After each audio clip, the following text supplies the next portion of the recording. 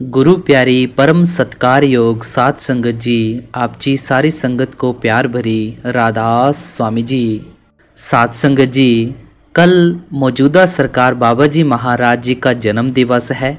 आप जी को पता है सारी संगत को बहुत चाव होता है बाबा जी महाराज जी के जन्म दिवस का, और बड़े धूमधाम से मनाती है संगत बाबा जी के जन्म दिवस को। और हमने जन्म दिवस को तो धूमधाम मनाना ही है, लेकिन जो बाबा जी महाराज जी की फिलॉसफी है कि भजन सिमरन करना है, उसके ऊपर आज ये स्पेशल सत्संग होने जा रहा है, जो कि बाणी है स्वामी जी महाराज जी की, जग में घोर अंधेरा भारी तन में तम का भंडारा। हमें अक्सर बाबा जी सत्संग में क्या फरमाया करते हैं, आज हम इस सत्संग में पूरा श्रवण करेंगे और एक एक तुक को हम समझेंगे और जिंदगी में लागू करेंगे। आप जी को पता होगा मौजूदा सरकार जी को डंडे वाली सरकार भी कहा जाता है। पहले तो बहुत परीक्षाएं होती थी नामदान लेने के वक्त, लेकिन अब तो बाबा जी महाराज ने बहुत आसानी कर दी है नामदान देने के लिए। संगत जी, अगस्त महीने में बाबा जी महाराज जी के नामदान रजिस्ट्रेशन भी हो रही है। जो संगत नामदान लेना चाहती है बड़ी खुशी से ले सकती है। जो बाबा जी महाराज हर एक तुक के ऊपर जोर देते हैं, आज हम इस सत्संग में पूरा श्रवण करेंगे। तो आइए आज के इस सत्संग को बड़े प्रेम भाव से श्रवण करते हैं। जग में घोर अंधेरा भारी तन में तम का भंडारा। यह श्री हजूर स्वामी जी महाराज की वाणी है। इस छोटे से शब्द में आप संत मत के बारे में, संतों महात्माओं की तालीम और उपदेश के बारे में हर पहलू से अच्छी तरह खोलकर समझा रहे हैं। आप सारी दुनिया की ओर नजर डालकर दुनिया की हालत बयान करते हैं कि हम दुनिया के जीव किस तरह दुखों और मुसीबतों में फंसे हुए हैं। आप फरमाते हैं कि चारों ओर नजर डालकर देखो, दुनिया में दुख ही दुख हैं, मुसीबतें ही मुसीबतें हैं। एक तस्वीर के दो रुख होते हैं। तस्वीर सामने की ओर से बहुत सुंदर दिखाई देती है, शीशा बड़ा अच्छा लगता है, उसका फ्रेम भी बहुत अच्छा लगता है। पीछे की ओर देखें तो गत्ता और कीले नजर आती हैं।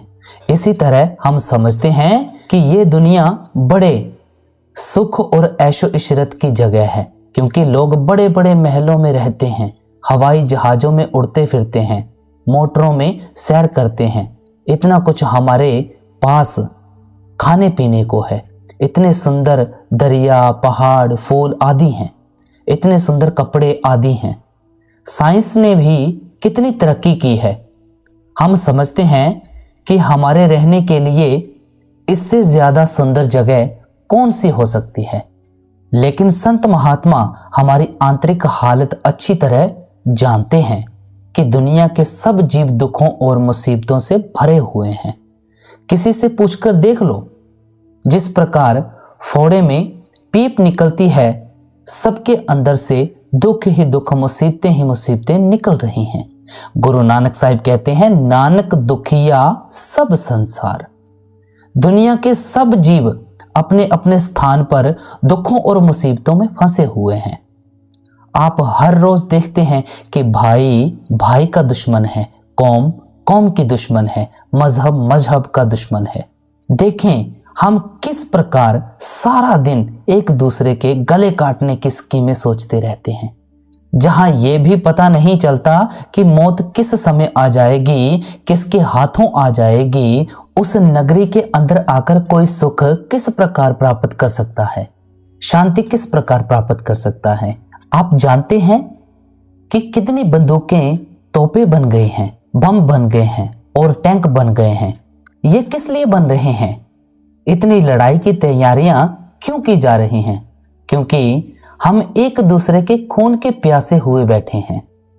जब हमारे मन में इतना डर रहता है, हम इस दुनिया में आकर सुख और शांति किस तरह प्राप्त कर सकते हैं? फिर देखें इस दुनिया में हमारी खुराक क्या है। छोटे कीड़ों को मुर्गी खा जाती है, मुर्गी को कुत्ते खा जाते हैं, कुत्ते को गीदड़ खा जाते हैं, गीदड़ को शेर आदि खा जाते हैं।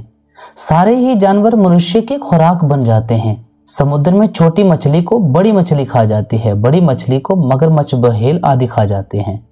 जहां जीव जीवों को खा रहे हैं, हम एक दूसरे के खून के प्यासे बने हुए हैं। उस नगरी के अंदर आकर हम सुख या शांति किस तरह प्राप्त कर सकते हैं? महात्मा कहते हैं कि व्यर्थ दुनिया के सैर रंग तमाशे में ना भूलो, ये चीजें धोखा देने वाली हैं।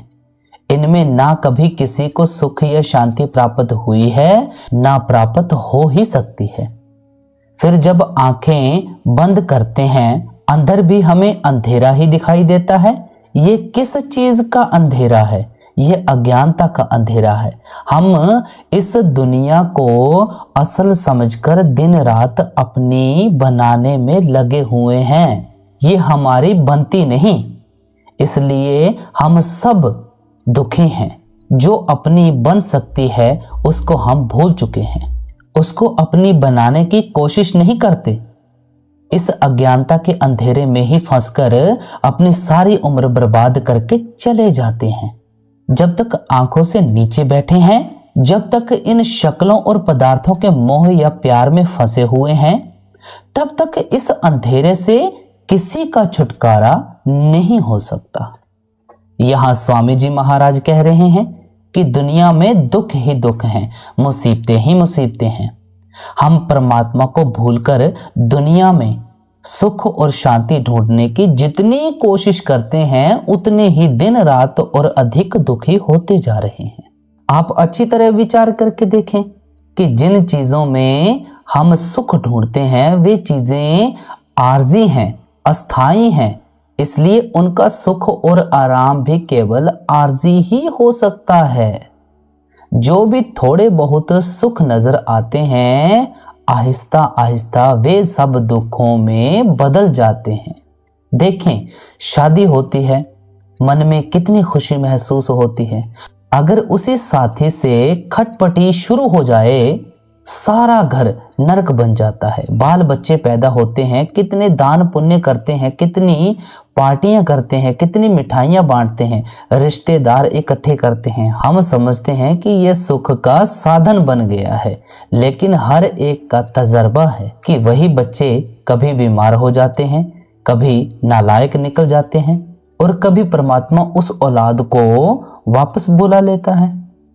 देख लें, वही औलाद हमारे लिए कितने दुख का कारण बन जाती है। फिर हम शराबों कबाबों से सुख ढूंढने की कोशिश करते हैं, लेकिन जब शरीर पर बीमारियों का हिसाब देना पड़ता है, जेलों में जाकर चक्की चलानी पड़ती है, फांसी के तख्तों पर चढ़ना पड़ता है, फिर होश आती है कि यह सुख का कारण नहीं, यह तो उल्टा दुख का कारण था। फिर हम हुकूमत के नशे में सुख ढूंढने की कोशिश करते हैं। जब लोग हमारे जुलूस निकालते हैं, हमारी वाह वाह करते हैं, आगे पीछे हाथ जोड़ते फिरते हैं, कंधों पर उठाकर फिरते हैं, हम समझते हैं कि ये तो बड़ी सुख की चीज है। फिर होश आता है कि यह सुख का कारण था, यह दुख का कारण था। इन शक्लों और पदार्थों में हमें हमेशा के लिए सुख और शांति क्यों नहीं मिलती? गुरु अर्जुन देव जी कहते हैं, हरख सोख का नगर एह किया। परमात्मा ने ये दुनिया दुखों और सुखों की बनाई हुई है। आपको कभी कोई ऐसा आदमी नहीं मिलेगा जिसको हमेशा सुख ही सुख मिलते हों, कभी दुख का सामना ना करना पड़ा हो। ना ही ऐसा आदमी मिलेगा जिसको दुख ही दुख मिलते हों, कभी सुख के सांस ना आए हों।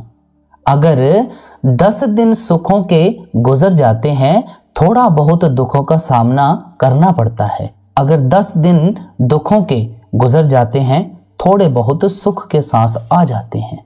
ये जितने भी अपने सुख हैं, पिछले जन्मों के पुण्य कर्मों के कारण हैं। जितने भी हमारे दुख हैं, पिछले जन्मों के पापों के कारण हैं। पुण्य और पाप इकट्ठे होते हैं, तब हमें इंसान का जामा मिलता है। हमें शरीर के अंदर बैठकर उन पुण्य कर्मों का भी हिसाब देना है, उन पापों का भी हिसाब देना है। उन पुण्य कर्मों का हिसाब देते हुए हम आज सुखी हो रहे हैं, उन पापों का हिसाब देते हुए हम आज दुखी हो रहे हैं। अगर अपने केवल पुण्य होते हम स्वर्गों में बैठे होते, अगर अपने केवल पाप होते हम नरकों में जलते। ये ठीक है कि किसी के ज्यादा पुण्य है, थोड़े पाप हैं, इसलिए हमें वह अधिक सुखी नजर आता है, थोड़ा दुखी नजर आता है। किसी के पापों का बोझ अधिक हो जाता है, पुण्यों का कम होता है, इसलिए वह ज्यादा दुखी नजर आता है। लेकिन जब तक देह में बैठे हैं सबको दुख और सुख भोगने ही पड़ते हैं। ना ही संत महात्मा इस दुनिया को सुख की नगरी बनाने के लिए आते हैं। अगर संतों महात्माओं को दुनिया में आने का यही उद्देश्य होता कि दुनिया सुख की नगरी बन जाए, आप सोचें आज तक जरूर बन जानी चाहिए थी। हम इतिहास पढ़ते हैं कि हर कौम के अंदर, मजहब के अंदर, मुल्क के अंदर किस किस चोटी के महात्मा आए हैं। राम आए हैं, कृष्ण आए हैं, बुद्ध, ईसाई, स्वामी जी महाराज, कबीर साहिब, गुरु नानक देव जी महाराज आदि इतने बड़े बड़े महात्मा आए हैं। अगर ऐसे ऐसे महात्माओं ने आने के बावजूद ये दुनिया आज तक सुख की नगरी नहीं बन सकी, अब हम क्या उम्मीद रखे हुए हैं कि हम इस दुनिया को सुख की नगरी बना सकेंगे। हुजूर महाराज सावन सिंह जी समझाया करते थे कि आप दुनिया के कांटे कितने भी इकट्ठे करने की कोशिश करें, कभी सफल नहीं हो सकेंगे। अगर हिम्मत करके अपने पैरों में जूते पहन लेंगे तो दुनिया के कांटे आपके पैरों पर असर नहीं करेंगे। ये सुख दुख की समस्याएं तो इसी तरह रहेंगी। ये आज तक ना किसी से हल हुई हैं, ना हो ही सकती हैं। लेकिन महात्मा जिंदगी गुजारने का, मालिक की भक्ति करने का ऐसा तरीका और साधन समझाते हैं, संसार में चलने का ऐसा मार्ग दिखाते हैं जिस पर चलकर हम अपने ख्याल को इन दुखों से ऊंचा ले जाते हैं। गुरु अमरदास जी फरमाते हैं, जिनी कर जाता अपना से सुखिए भाई। जो इंसान वापस अपने घर पहुंच जाएंगे, असली सुख और शांति उन गुरुमुखों को ही प्राप्त हो सकती है। हजरत ईसा ने समझाया था, मैं शांति स्थापित करने नहीं आया, तलवार लेकर आया हूं। कि दुनिया के अंदर जो जड़ें गहरी हो चुकी हैं, जो दुनिया से मोह पैदा करके आपको बार बार देह के बंधनों की ओर खींचकर लाने और रचना का हिस्सा बनाए रखने का कारण बनी हुई हैं, मैं मालिक की भक्ति की तलवार से ये सब जड़ें काट दूंगा ताकि दुनिया से आपका हमेशा के लिए छुटकारा हो सके। मैं अर्ज कर चुका हूं कि संत महात्मा इस दुनिया को सुख की नगरी बनाने के लिए नहीं आते, वे तो हमारे ख्याल को इसमें से निकालकर मालिक की भक्ति में लगाने के लिए, मालिक से मिलाने के लिए आते हैं। दुनिया में भी थोड़े बहुत सुख हमें जरूर मिलते हैं अगर हमारी लिब, हमारा ख्याल मालिक की भक्ति, मालिक के प्यार की ओर रहता है। मैंने कई बार उदाहरण दिया है कि एक छोटा बच्चा अपने पिता की अंगुली पकड़कर नुमाइश में जाता है। उसको नुमाइश में हर चीज कितनी खूबसूरत लगती है। कहीं बच्चों के खिलौने पड़े हुए हैं, किसी जगह मिठाई की दुकानें सजी हुई हैं, किसी जगह झूले हैं, बिजलियां चमकती हैं। वह बच्चा सोचता है कि उसको खुशी नुमाइश के साजो सामान में से मिल रही है। अगर वह गलती से पिता की अंगुली छोड़ देता है, फिर वह बच्चा रोना शुरू कर देता है, चीखना शुरू कर देता है। फिर बच्चा महसूस करता है कि वह नुमाइश में भी उतनी देर खुशी महसूस करता था जब तक उसने पिता की अंगुली पकड़ी हुई थी। हमारा पिता कौन है? केवल एक परमात्मा है, परमेश्वर है। जब तक हमारी लिव हमारा ख्याल उस परमात्मा की भक्ति और प्यार की ओर है, हम दुनिया में भी 4 दिन सुख और शांति से काट लेते हैं और वापस जाकर उस परमात्मा रूपी पिता में ही समा जाते हैं। अगर परमात्मा को भूल जाते हैं, ये सारी दुनिया हमारे लिए सुख रूप यम रूप होकर खड़ी हो जाती है। आप सोचकर देखें, जिनको परमात्मा ने दुनिया में सब कुछ बख्शा हुआ है, जिंदगी का नेक साथी भी दिया है, सेहत भी दी है, इज्जत भी दी है, रुपया पैसा भी दिया है, दुनिया की नियामतों या दातों की ओर से परमात्मा ने कोई कमी नहीं रखी, लेकिन फिर भी उनके मन में खुशी नहीं आती, शांति नहीं आती। पता नहीं चलता कि कमी किस चीज की है। ये आत्मा की कशिश है अपने असल की ओर। जब तक इसको अपने असल की ओर नहीं जाने देंगे, इसके अंदर से अकेलेपन का भाव कभी दूर नहीं हो सकता।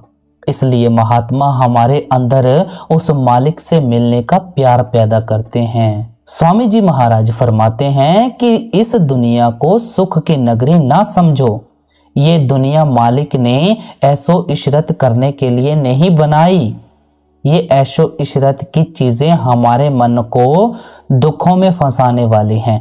इसलिए दुनिया और इसके पदार्थों से मन निकालना चाहिए और अज्ञानता के अंधेरे को दूर करना चाहिए। परमात्मा हमारे शरीर, हमारी देह के अंदर बैठा हुआ है, लेकिन हम अंदर जाकर उसके नूर और प्रकाश को देखने की कोशिश नहीं करते। दुनिया के मोह या प्यार में फंसकर सारी उम्र अज्ञानता के अंधेरे में ठोकरें खाते रहते हैं।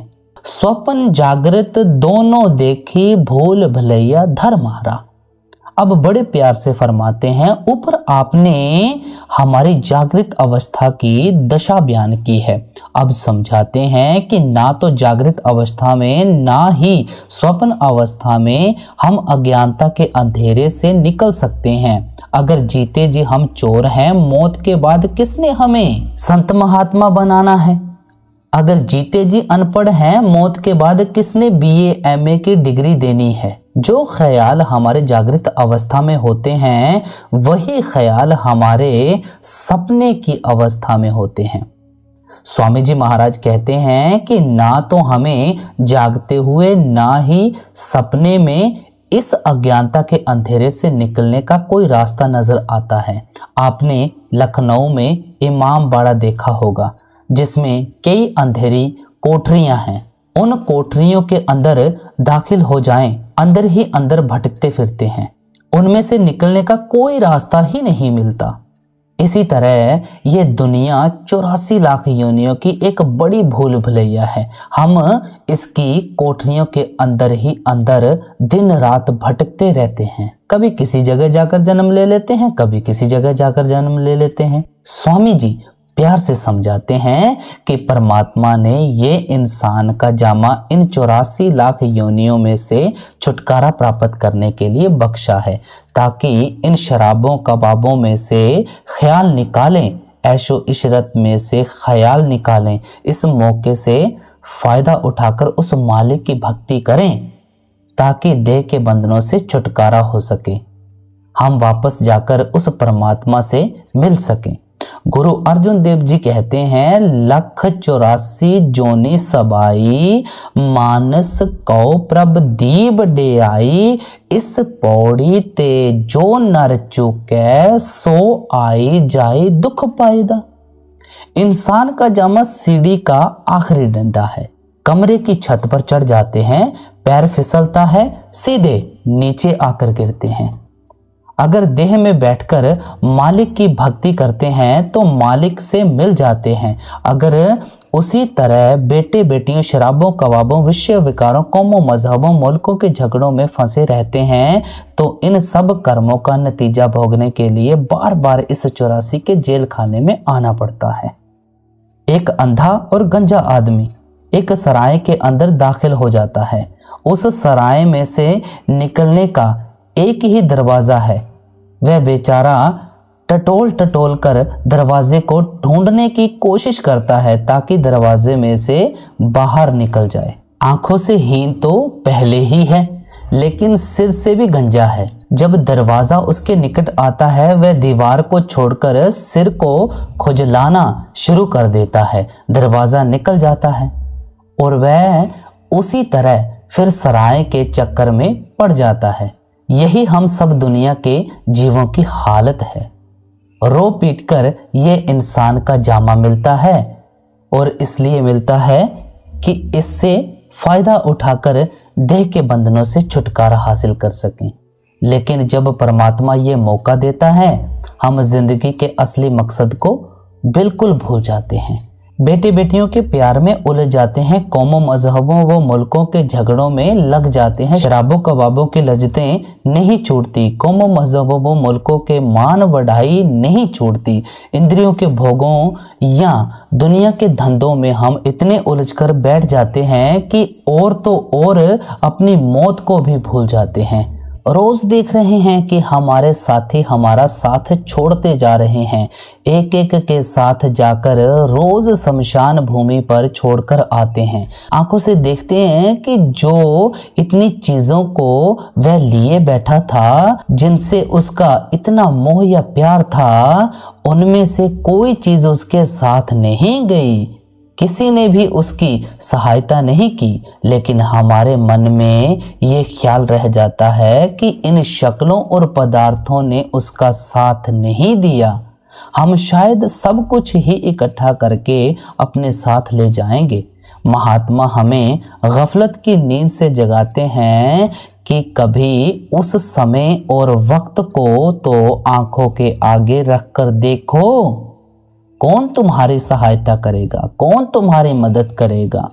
ये बेटे बेटियां, रिश्तेदार, यार, दोस्त, बहन, भाई, जिनके लिए इतनी इतनी ठगियां, इतनी इतनी बेईमानियां करते हैं, जिंदगी के इतने इतने कीमती उसूलों को दिन रात कुर्बान करते हैं, इनको तो ये भी पता नहीं होता कि मौत के फरिश्ते किधर से आए हैं और हमें पकड़कर किधर ले जाएंगे। ये सब तो आसपास ही बैठे रह जाते हैं, सिवाय इसके कि एक दूसरे के बिछड़ने पर हम रोने पर जोर देते हैं, और तो हम किसी की कोई सहायता नहीं कर सकते। महात्मा समझाते हैं कि हर एक के साथ तुम्हारा लेन देन का हिसाब है, गर्जों का प्यार है।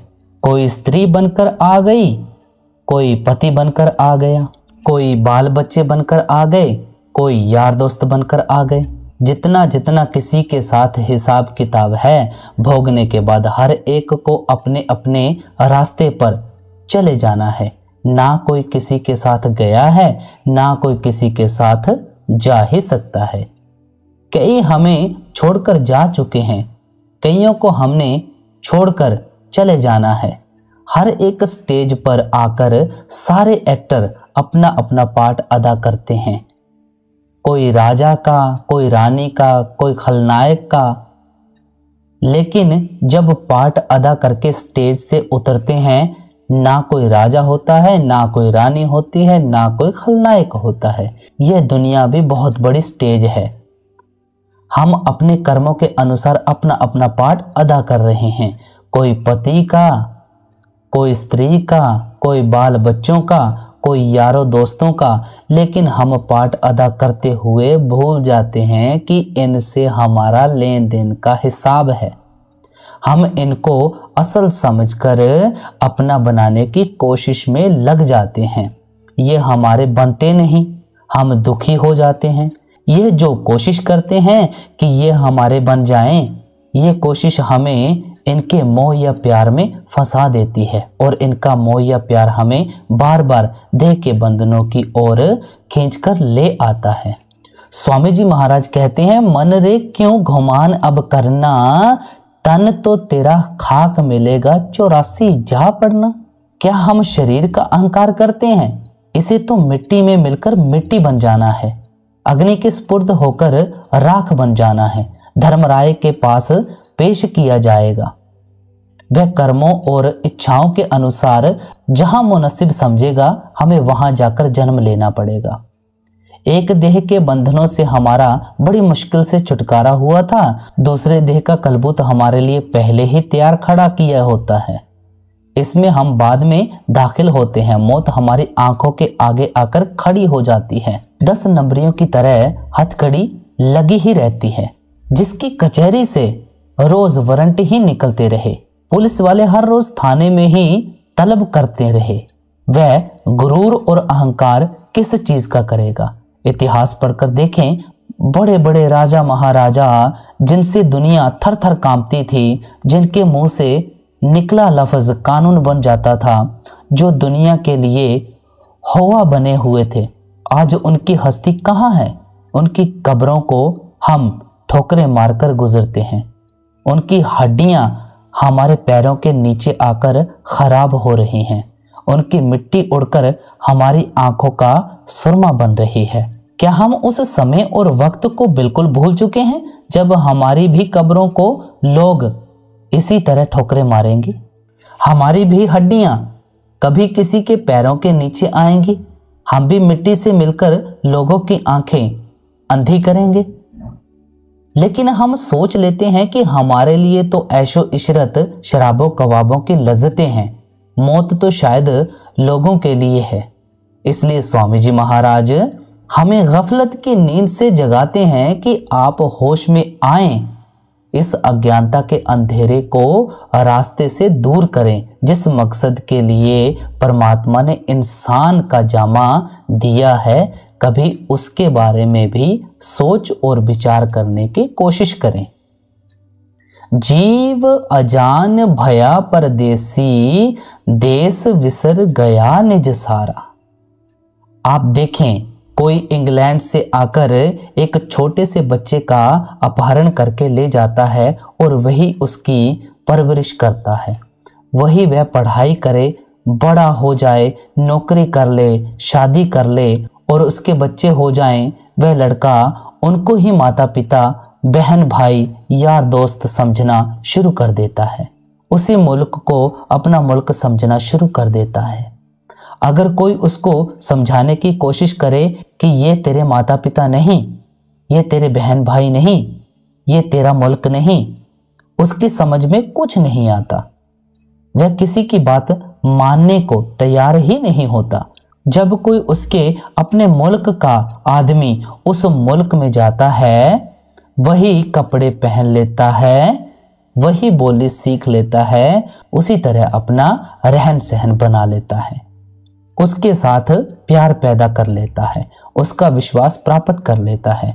वह उसे धीरे धीरे समझने की कोशिश करता है कि देख, ये तेरे माता पिता नहीं, ये तेरे बहन भाई नहीं, ये तेरा मुल्क नहीं, तेरा मुल्क हिंदुस्तान है।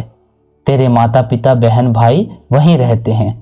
उसके अंदर अपने देश का प्यार जाग उठता है, माता पिता का प्यार जाग उठता है और वह सबको छोड़कर उसके साथ अपने देश वापस आ जाता है। इसी तरह संत महात्मा इस दुनिया में आते हैं। वे हमारे जैसे होकर हमारी तरह ही रहते हैं, हमारे साथ प्यार पैदा कर लेते हैं। वे हमें प्यार से समझाते हैं कि जिनके मोह या प्यार में फंसकर तुम दिन रात भटकते और तड़पते फिरते हो, इनमें से कोई भी तुम्हारा अपना नहीं है। ना ये तुम्हारे हैं, ना तुम इनके हो। क्यों इनके मोह या प्यार में भटकते फिरते हो? तुम अपने घर वापस चलो। गुरु अर्जुन देव जी कहते हैं, जिन्हें तुम भेजे तिन्हें बुलाए, सुख सहज सेती करे आओ। जिस परमात्मा ने आपको इस दुनिया में भेजा है, उसने आपको वापस बुलाने के लिए मुझे भेजा है। आप मेरे साथ आओ, मैं आपको वापस घर ले चलूं। स्वामी जी महाराज कहते हैं, धाम अपने चलो भाई, पराए देश क्यों रहना। काम अपना करो जाई, पराए काम नहीं फंसना। यह देश तुम्हारा देश नहीं है, तुम पराए देश में आकर भटकते फिर रहे हो।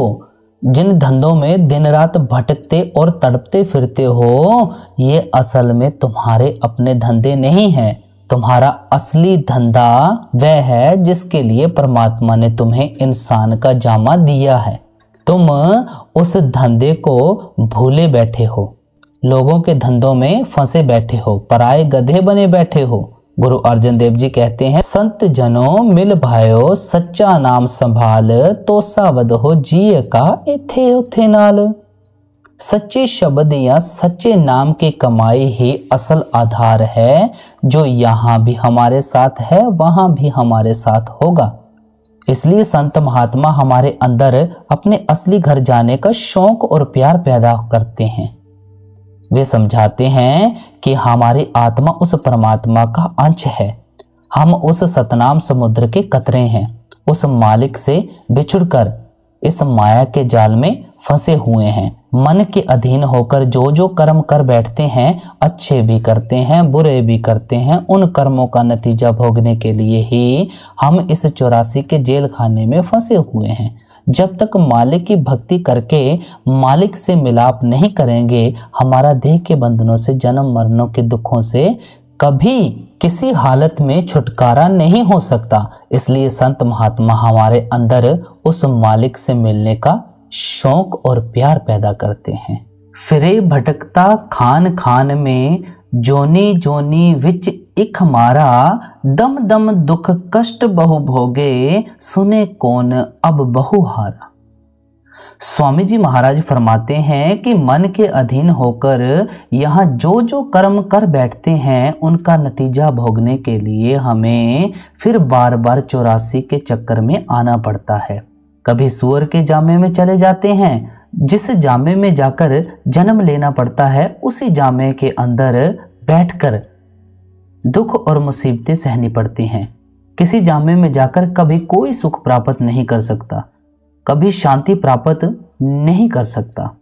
आप देख लें, गधे पर कितना बोझ लदा होता है, धड़ाधड़ उसको चाबुक पड़ रहे हैं। घोड़े के जामे को देख लें, आप रोज स्टेशन से तांगे आते हुए देखते हैं, कितनी सवारियां उस पर बैठकर जाती हैं, कितना बोझ उस पर लदा होता है, किस तरह घोड़े पर धड़ाधड़ चाबुक पड़ रहे हैं। बैल के जामे को देख लें, सारा दिन हल के आगे लगा देते हैं। वह थक हार कर कहीं गिर पड़े तो ठोकरें मार मार कर उसको उसी तरह हल के आगे लगा लेते हैं। फिर देखें, बकरियां, मुर्गियां, भेड़ें किस तरह हमारी खुराक के लिए काटी जाती हैं, किस तरह रोते पीटते चिल्लाते उनके गलों पर छुरियां चल रही हैं।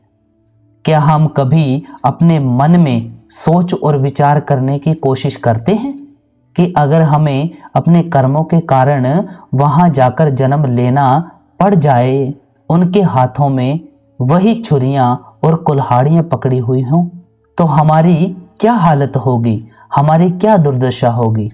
लेकिन हमारे पेट के लिए उन गरीब जानवरों के गले पर बेरहमी के साथ छुरियां चल रही हैं। गुरु अमरदास जी कहते हैं, काया नगर नगर है निको, विच सौदा हर रस कीजे। कहते हैं कि उसकी देह बहुत ही खूबसूरत शहर है, इसके अंदर बैठकर आप हरि का सौदा, मालिक की भक्ति का सौदा खरीद सकते हैं। अगर इंसान के जामे का कोई लाभ है तो वह केवल मालिक की भक्ति है। संत कबीर साहिब जी कहते हैं, कबीर मानस जन्म दुर्लभ है, होई ना वारे वार, जिय बन फल पाके, भुई गिरह बाहर ना लागी डार। एक पेड़ से फल पक कर जमीन पर गिर जाए, फिर आप कितनी भी कोशिश करें वह पेड़ के साथ नहीं जुड़ सकेगा। अगर इंसान के जामे का ये मौका एक बार आपके हाथ से निकल गया तो ये भी आपको बार बार नहीं मिलेगा। क्या पता फिर इंसान का जामा मिले मिले, ना मिले ना मिले, या किसी ऐसी जगह जाकर जन्म हो जाए जहां जाकर भूले भटके भी हमारा ख्याल मालिक की भक्ति की तरफ ना जा सके। स्वामी जी महाराज प्यार से समझाते हैं कि हर एक को उस मालिक की खोज करनी चाहिए, मालिक की भक्ति करनी चाहिए। आगे फरमाते हैं, करें पुकार कारगर नहीं, पड़े नरक में जमधारा। स्वामी जी महाराज बड़े प्यार से समझाते हैं कि हम कर्म करते हुए तो सोचते नहीं, लेकिन जिस वक्त हमें कर्मों का हिसाब देना पड़ता है उस वक्त हम रोते हैं, चीखते पुकारते हैं। आप फरमाते हैं कि फिर हमारी पुकार या फरियाद कौन सुनेगा। अगर आप कर्म करते समय नहीं सोचेंगे, नतीजा भोगते समय कौन आप पर तरस खाएगा। अगर कोई कत्ल करते समय विचार नहीं करता, फांसी के तख्ते पर चढ़ते समय रोने पीटने से कौन उस पर तरस करता है। यह संसार कर्म भूमि है, कर्मा सदड़ा खेत है। यहाँ सोच समझकर चलना चाहिए। कर्म करते समय सोचते हैं यहाँ कौन हमें देख रहा है। अंधेरे में जो मर्जी किए जाएं, लेकिन भूल जाते हैं कि देखने वाला तो हमारे शरीर के अंदर बैठा हुआ है। दरवाजे बंद करके दुनिया को धोखा दे देंगे, अंदर देखने वाले को किस तरह धोखा दे सकते हैं। भटक भटक नर देही पाई, इंद्री मन मिल यहाँ मारा। अब आगे स्वामी जी महाराज फरमाते हैं कि जब कर्मों के जाल में फंसकर दुखी हो जाते हैं, रोते हैं, पीटते हैं, चीखते हैं, मालिक के आगे पुकार करते हैं, तो वह हम पर अति दया मेहर और बख्शिश करके हमें इंसान का जामा दे देता है। वह यह जामा इसलिए देता है कि हम इस जामे से फायदा उठाकर मालिक की भक्ति कर लें, मालिक से मिलाप कर लें, ताकि हमारा देह के बंधनों से, जन्म मरण के दुखों से हमेशा के लिए छुटकारा हो जाए।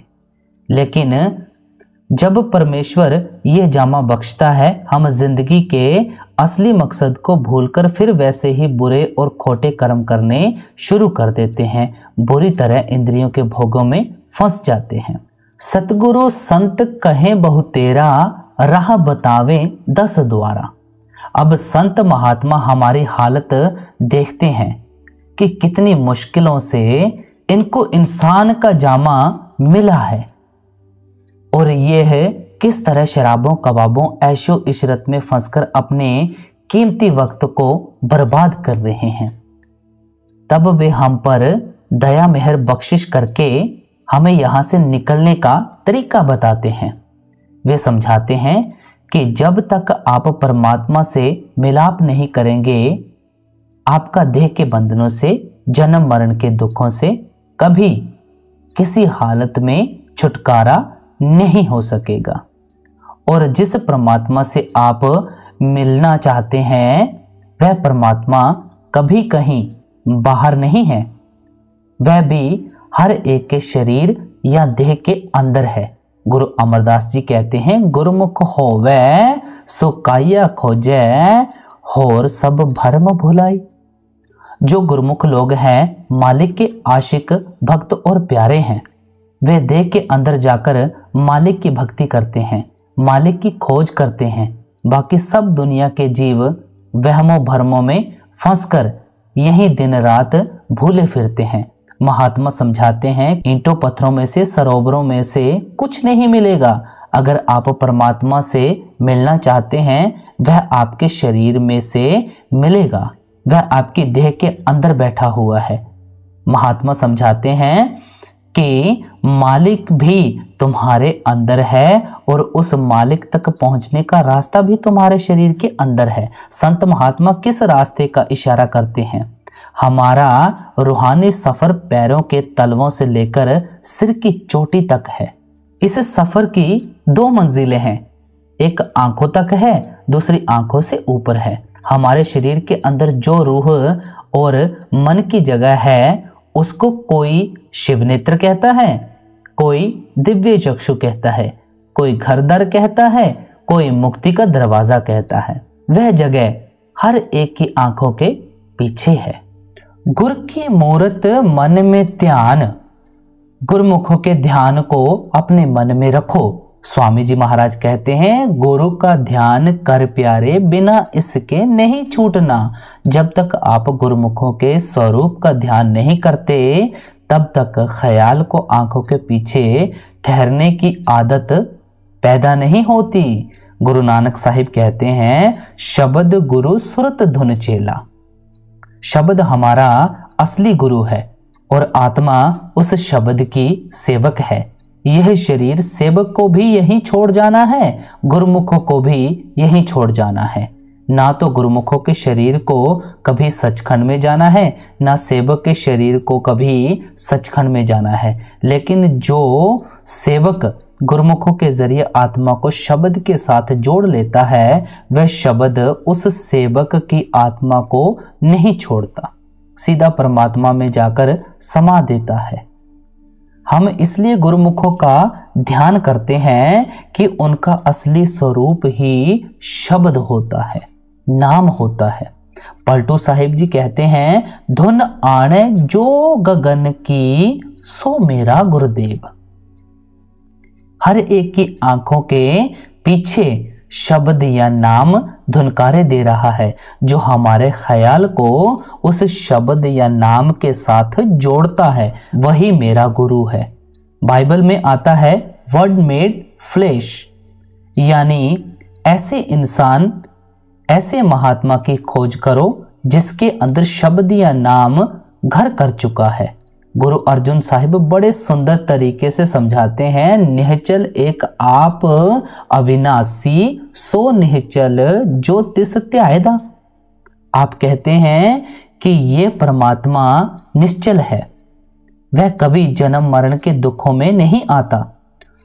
जो उस परमात्मा का ध्यान करते हैं, उसका सिमरन करते हैं, वह भी निश्चल हो जाते हैं, उनका भी जन्म मरण के दुखों से छुटकारा हो जाता है। मन में ख्याल आता है कि परमात्मा तो सचखंड में बैठा हुआ है, हम इस माया के जाल में फंसे हुए हैं, उस मालिक के स्वरूप का पता ही नहीं, उसका ध्यान किस तरह करें। गुरु साहिब आगे समझाते हैं, हरि का सेवक सो हरि जिया भेद न जाने मानस देहा। जो मालिक के भक्त और प्यारे हैं, वे मालिक की भक्ति करके मालिक का ही रूप हो जाते हैं। उनमें और परमात्मा में कोई भिन्न और भेद नहीं होता। उनका परमात्मा से क्या संबंध है? आप फरमाते हैं, जीव जल तरंग उठ बहु भांति फिर सल्ले सलल समायदा। समुद्र में 2-4 मिनट के लिए एक लहर उठती है, फिर वह लहर वापस जाकर समुद्र में ही समा जाती है। जो एक लहर का समुद्र के साथ संबंध है, वही मालिक के भक्तों और प्यारों का परमात्मा के साथ संबंध होता है। आप कोई चीज समुद्र की लहर को दे दें, वह उस चीज को साथ लेकर समुद्र की तह में बैठ जाएगी। अगर हम गुरुमुखों के स्वरूप का ध्यान करके अपने आप को उनके सुपुर्द कर देते हैं, तो वे भी हमें साथ लेकर उस सतनाम के समुद्र में समा जाते हैं। इसलिए महात्मा कहते हैं कि सिमरन के जरिए ख्याल को आंखों के पीछे इकट्ठा करना है, ध्यान के जरिए ख्याल को आंखों के पीछे ठहराना है। गुरु अमरदास जी फरमाते हैं, नाव दर ठाके तावत रहाए 10वें निजगर वासा पाए, ओथे अनहद शब्द बजे दिन राती गुरमती शब्द सुनावणिया। जब भी आप सिमरन और ध्यान के जरिए 9 द्वारों में से ख्याल निकालकर आंखों के पीछे इकट्ठा करेंगे, आप अपने घर के दरवाजे पर पहुंच जाएंगे। उस घर के दरवाजे की एक निशानी है जो आपको याद रखनी है। उस दरवाजे या नुक्ते पर हर एक के अंदर वह अनहद शब्द धुनकारे दे रहा है। वह मीठी से मीठी, सुरीली से सुरीली आवाज है जो मालिक की दरगाह से आ रही है। वह चोरों के अंदर भी है, ठगों के अंदर भी है, साधुओं संत महात्माओं के अंदर भी है। वहां किसी कौम, मजहब, मुल्क का कभी सवाल ही पैदा नहीं होता। आप हिंदू होकर जाएं, चाहे सिख होकर जाएं, चाहे ईसाई होकर जाएं, चाहे मुस्लिम होकर जाएं, जो खुशकिस्मत सिमरन और ध्यान के जरिए आंखों के पीछे ख्याल को इकट्ठा करता है, वह अपने अंदर उस शब्द की आवाज को सुनता है, उस शब्द के प्रकाश को देखता है, जिसके जरिए हम अपने अंदर अपना रूहानी सफर तय करना शुरू कर देते हैं। आगे फरमाते हैं, 9 दरवाजे 10 में मुक्ता अनहद शब्द बजावणिया। आंखों के नीचे नीचे मुक्ति नहीं, परमात्मा ने मुक्ति का दरवाजा ही आंखों के पीछे लगाया हुआ है। जब तक कोई अपने ख्याल को अंदर उस अनहद शब्द के साथ नहीं जोड़ता, उसका मुक्ति प्राप्त करने का सवाल ही पैदा नहीं हो सकता। गुरु अमरदास जी कहते हैं, बिन शब्द अंतर अनेरा, ना वस्त लहै ना चुके फेरा। उस शब्द या नाम की कमाई के बिना ना तो किसी के अंदर से कभी अज्ञानता का अंधेरा दूर होगा, ना कभी किसी को परमात्मा मिलेगा, ना किसी का कभी देह के बंधनों से छुटकारा होगा। जो कुछ मिलना है उस शब्द या नाम की कमाई से मिलना है। इसलिए महात्मा हमारे अंदर केवल उस शब्द की कमाई करने का शौक और प्यार पैदा करते हैं। शब्द धरती शब्द आगास, शब्द शब्द भया प्रगास। सगली सृष्टि शब्द के पाछे, नानक शब्द घटे घट आछे। शब्द ने धरती पैदा की है, सूर्य पैदा किया है, चंद्रमा पैदा किया है। उस शब्द ने सारी दुनिया की रचना की है। वह शब्द हर एक के अंदर धुनकारे दे रहा है। वह चोरों के अंदर भी है, ठगों के अंदर भी है, साधुओं संतों महात्माओं के अंदर भी है। वहां किसी कौम का, मजहब का, मुल्क का कभी सवाल ही पैदा नहीं हो सकता। वह शब्द ना आंखों से देखा जा सकता है, ना जबान से बयान किया जा सकता है। गुरु अंगद देव जी अपनी बाणी में उस शब्द या नाम की महिमा करते हुए कहते हैं, अखी वाजो वेखना बिन कन्ना सुनना, पैरा वाजो चलना बिन हथा करना, जीबे वाजो बोलना इयो जीवत मरना, नानक हुक्म पछाण के ताऊ खस्मे मिलना।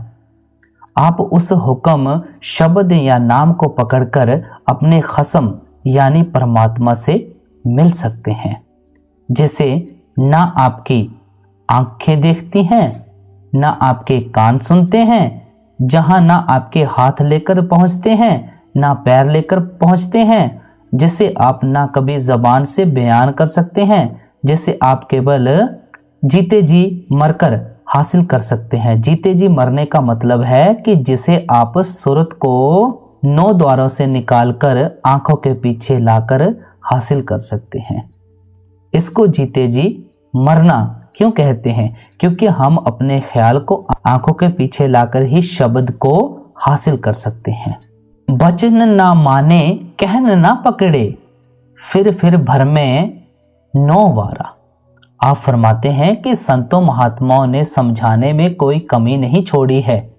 महात्मा अपनी जिंदगी के 40-40, 50-50, 60-60 साल हमें समझाने के लिए लगा देते हैं। सारी उम्र मेहनत करके हमारे लिए कितने बड़े बड़े ग्रंथ, पोथियां, वेद शास्त्र लिखे हैं, लेकिन हमारे कानों पर जूं तक भी नहीं रेंगती। हम उनको पढ़ते भी हैं, उन महात्मा को अपनी ओर से प्यार भी करते हैं, लेकिन जो उनकी असली तालीम है, जो उनका असली उपदेश है, उस चीज को कभी ग्रहण करने की कोशिश ही नहीं करते। हम ईंटों पत्थरों से, पानी से ही बंधे रहते हैं। इन महात्माओं के जाने के बाद उनकी खड़ाओं पर, समाधियों पर माथे टेकने शुरू कर देते हैं। उनके कपड़ों से बंध जाते हैं, चारपाई से बंध जाते हैं, कुओं और सरोवरों से बंध जाते हैं। लेकिन जो उनकी असली तालीम है कि सूरत को आंखों के पीछे लाकर शब्द के साथ जोड़ो, उस रास्ते पर हम कभी चलने की कोशिश नहीं करते। इसलिए स्वामी जी महाराज हमारी हालत देखकर तरस खाते हैं कि हम उनके वचनों को सुनने को ही तैयार नहीं होते। अगर भूले भटके कभी उनकी संगति और सोहबत में जाते भी हैं तो दुनिया की इच्छाएं और तृष्णाएं लेकर जाते हैं, वे पूरी नहीं होती। मन में अभाव आ जाता है, हम उनकी संगति और सोहबत छोड़कर चल देते हैं। फोकट धर्म पकड़ कर जूझे, बूझे न शब्द जुगत पारा। आप फरमाते हैं कि हम फोकट धर्मों में फंसे हुए हैं, छिलकों को इकट्ठा करने में लगे हुए हैं। गिरी को कोई खाने की कोशिश नहीं करता, बाहर मुखी होकर मजहबों के कर्मकांड में फंसे रहते हैं। पूजा करे सब लोग संतों, मन मुख थाए न पाई।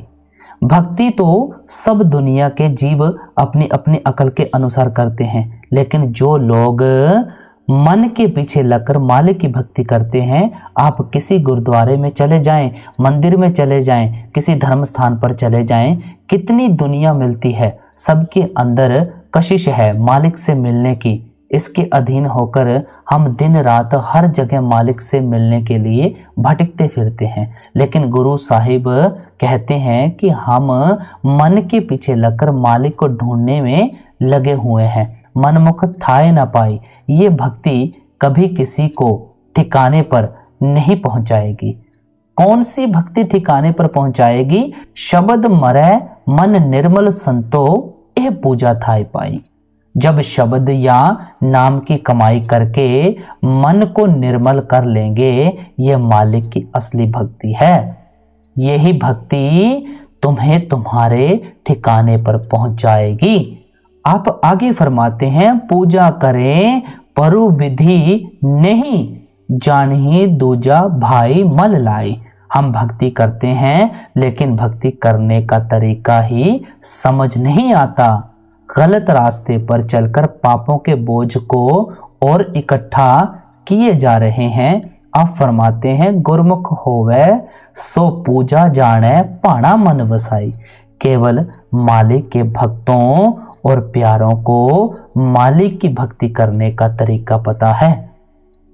यह शरीर सरवर है संतो, स्नान करे लिव लाई। नाम स्नान करिह से जन निर्मल शब्द मेल गवाई। इस शरीर से बड़ा आपको कोई सरोवर नहीं मिलेगा। इसके अंदर जाकर स्नान करें अगर परमात्मा से प्यार करना है। शरीर के अंदर जाकर कौन सा स्नान करना है? शब्द या नाम का स्नान करना है। सतगुर पुरख अमृत सरवड़ पागी, नाव ही आई। उन जन्म जन्म की मैल उतारे निर्मल नाम दृढ़ाई। सतगुरु की संगति और सोहबत अमृत का सरोवर है। जो जीव उस सरोवर में स्नान करते हैं बड़े भाग्यशाली किस्मत वाले हैं। उनको क्या फायदा होता है? उनका जन्म जन्मांतर का मैल उतर जाता है। हाथ कुछ नाही क्षीर मथन आलस भारा। आप फरमाते हैं कि देखें, अगर आप पानी में सारी उम्र मथानी डालकर रखेंगे, बिलोते रहेंगे, सारी उम्र लगे रहें, सारी पीढ़ी लगे रहें, इसमें से क्या निकलेगा? पानी तो पानी ही बना रहेगा। दूध में मथानी डालें तो आपको दही मिलेगा, मक्खन मिलेगा। अगर शरीर के अंदर जाकर नाम की कमाई करेंगे तो हम रूहानियत को हासिल कर सकेंगे, जिसके पार हम बादशाह बन जाते हैं। अगर बाहर मुखी साधनों में ही फंसे रहेंगे तो पानी में मथाने डाले हुए हैं, जितनी मर्जी मेहनत करें हाथ पल्ले कुछ नहीं पड़ेगा। जीव अभागा कहूं मैं क्या क्या, बाहर भर में भौं जा रहा। स्वामी जी महाराज हमारी हालत देखकर तरस खा रहे हैं कि दुनिया के जीव किस तरह दिन रात बाहर मुखी हुए बैठे हैं। देखें, कहाँ अमरनाथ की गुफा है, कहाँ जगन्नाथ या बद्रीनाथ के मंदिर है, कौन कौन से पहाड़ों की चोटियों पर परमात्मा को ढूंढने के लिए नहीं पहुंच जाते। अगर कोई कहे कि घंटा या आधा घंटा अंदर जाकर शब्द की कमाई करो तो हमें 10 मिनट के लिए अंदर बैठना मुश्किल हो जाता है, उठकर बाहर आ जाते हैं। इसलिए स्वामी जी महाराज हम पर तरस खाते हैं कि हम दुनिया के जीव सारी उम्र बुरी तरह इन वहमों भ्रमों और संकल्पों में फंसे रहते हैं।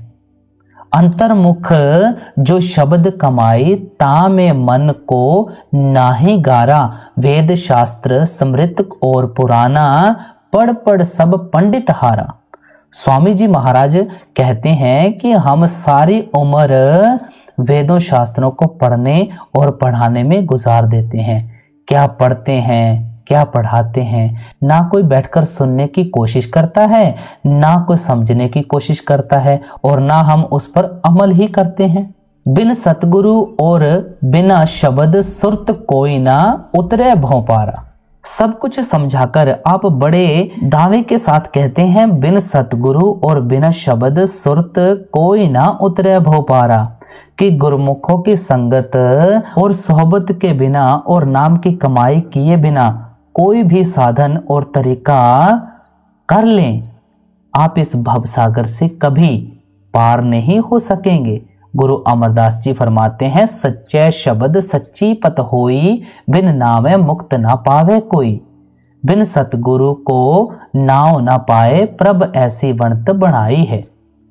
मालिक ने अपने मिलने का यही कुदरती कानून रखा हुआ है कि जब भी वह मिलता है शब्द या नाम की कमाई के जरिए मिलता है, और जब भी शब्द के साथ ख्याल जुड़ता है केवल गुरुमुखों के जरिए जुड़ता है। आप फरमाते हैं, संत गुरुमुख पूरा पाई, नामों पूज कर आई।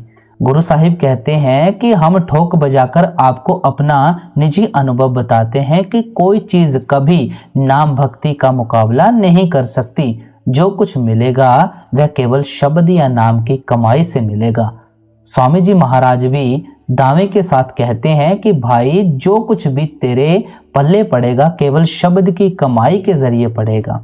यही बात भाखी मैं चुन कर अब तो मानो गुरु प्यारा। अब बड़े प्यार के साथ समझाते हैं कि मैं तुमको अपनी जिंदगी की खोज का निचोड़ समझा रहा हूं कि अगर तुम फायदा उठाना चाहते हो तो शब्द या नाम की कमाई करो। राधा स्वामी कहा बुझाई, सुरत चढ़ाओ नव द्वारा। ये राधा स्वामी ना किसी कौम का नाम है ना किसी मजहब का नाम है। मैंने अर्ज की थी कि महात्मा कभी कौम या मजहब नहीं बनाने के लिए आते हैं। जिस तरह बाकी महात्मा ने प्यार में आकर उस परमात्मा के कई नाम रखे हैं, इसी तरह हुजूर स्वामी जी महाराज भी उस परमात्मा को राधा स्वामी कहकर याद करते हैं। राधा से मतलब आत्मा है, स्वामी से मतलब परमात्मा है। यह कोई कौम और मजहब नहीं है।